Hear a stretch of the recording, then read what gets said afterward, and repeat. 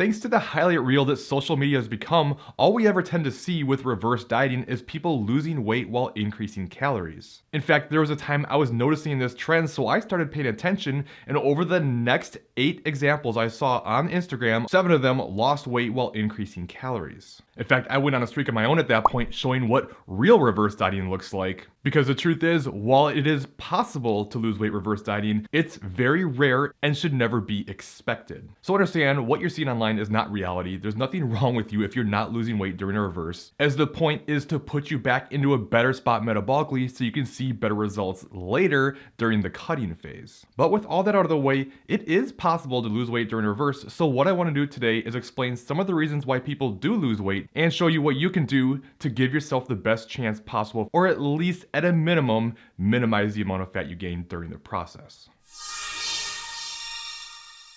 Hey, this is Colin DeWaay. If you want to master your metabolism and create forever results, start now by subscribing and click on that bell notification so you don't miss anything. And if you're interested in getting online coaching to take you through the process of reverse dieting and cutting, head to the website below in the description and fill out the application. Okay, as far as why some people lose weight during a reverse diet, the first and most likely reason is because of improved adherence to the plan. Maybe they went out and got a coach, had more accountability, and started sticking to the plan better. Maybe by increasing the calorie targets, it feels more realistic to stick to the plan. So even though the calorie target is higher, they're actually consuming less total calories because they're actually hitting them versus having a lower target that they overeat on. So many people get caught up in just what the targets are and completely ignore weekend binges or overeating cycles and can't figure out what's going on. Along the same lines, someone might lose weight during a reverse because they get on a better macro split. More specifically, they dramatically increase their protein intake, as protein is so underutilized and such an important part of this process. So even on the same amount of calories, if you're eating a lot more protein,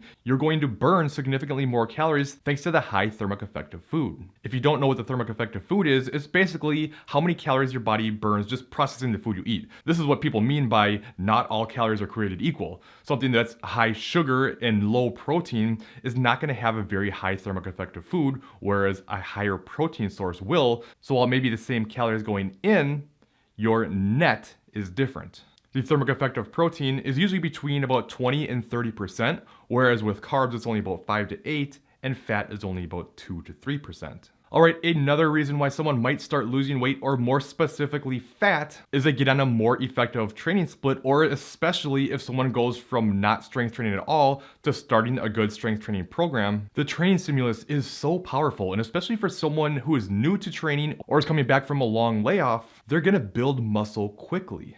This may not even necessarily lead to more weight loss, but it's very possible you'll stay around the same weight and see better body composition because you have less fat and more muscle. And I've even seen people go through reverse and end up with a higher body weight, but a better body composition. So as I like to always remind you, we can't get caught up in just weight and that scale number. We need to focus on what really matters: body composition. In fact, if you've been following my Instagram lately, I've been showing you just how much this matters because unfortunately, long story short for myself, I really haven't been able to train for the last 9 weeks, or at least 4 of them I couldn't do any exercise whatsoever, and the other 5 I was only allowed to do very light, easy, nowhere close to failure training. And in that time, I've actually lost a couple pounds. However, my waist measurement is getting up close to an inch higher now, and your waist is basically all body fat.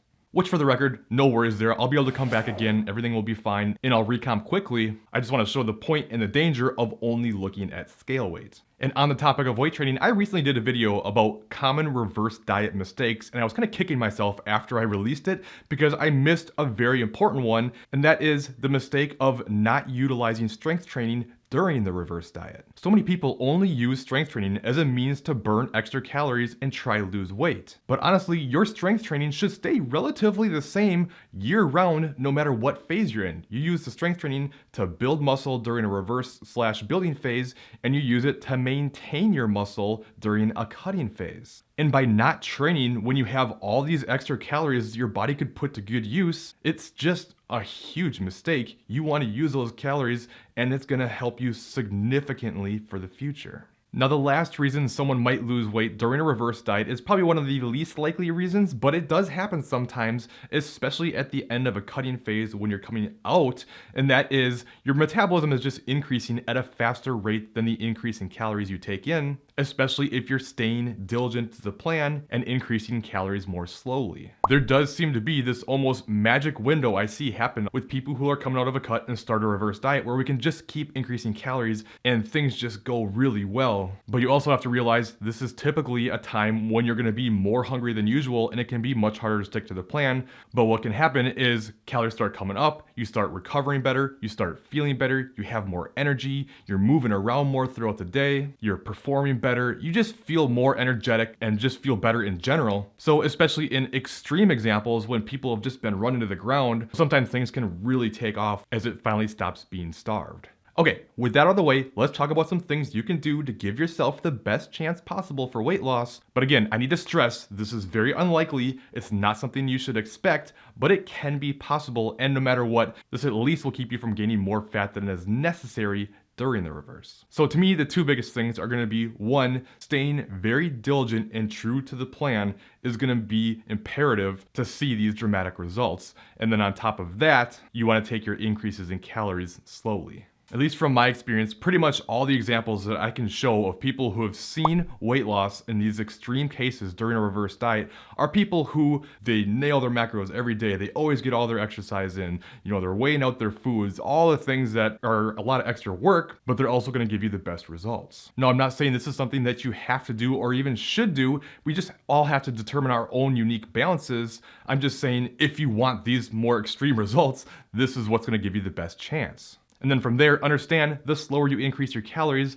the more likely you are to either lose or at least less likely to gain more. But you have to understand that there's trade-off there too, because then it's going to take you longer to feel better, recover better, perform better, get more food, all that type of stuff. So there's always trade-off in everything we do. But especially if you're coming off a dieting phase when you're already in a deficit, if you take the increases slowly from there, you can actually keep yourself in a calorie deficit as you bring calories up, which can help you lose some weight as you go through this process and kind of help create a little wiggle room to try to maintain your weight as you move forward as well. So you always have to determine what's most important to you and be realistic about how well you're going to be able to adhere and get through this. It's one thing to say, I want to be able to lose weight or maintain weight best that I can. It's another if you can realistically adhere to this without falling into effort mode because you're feeling so restricted. But if you're looking to accomplish this, taking slower increases by doing maybe 20 to 40 calories each week, and when I say that, understand it's your daily calories. So if one week you're eating daily calories of 1500, the next week would be daily calories of 1540. And also understand too, it's about your average for the week, not hitting those exact numbers every single day.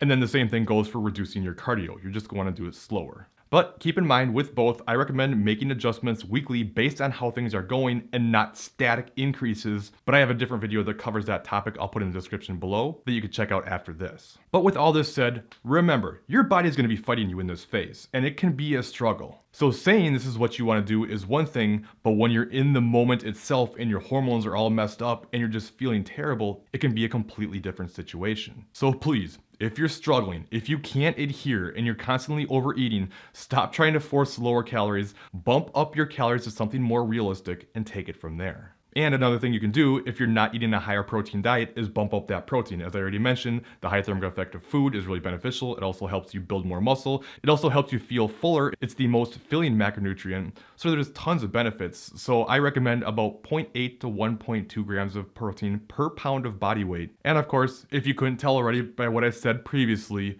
make sure you're on a good strength training program, as it's one of the most powerful things you can do to help with body composition and to use all this extra fuel you're giving your body during the reverse diet. Okay, one of the most common questions I've been getting lately is how long should you reverse diet? So to get the answer to that question, make sure you check out this top video next, and I'll walk you through everything you need to know. If you like this video, I'd really appreciate leaving a like. If you have any questions, leave them in the comments below, and I'll see you in that other video.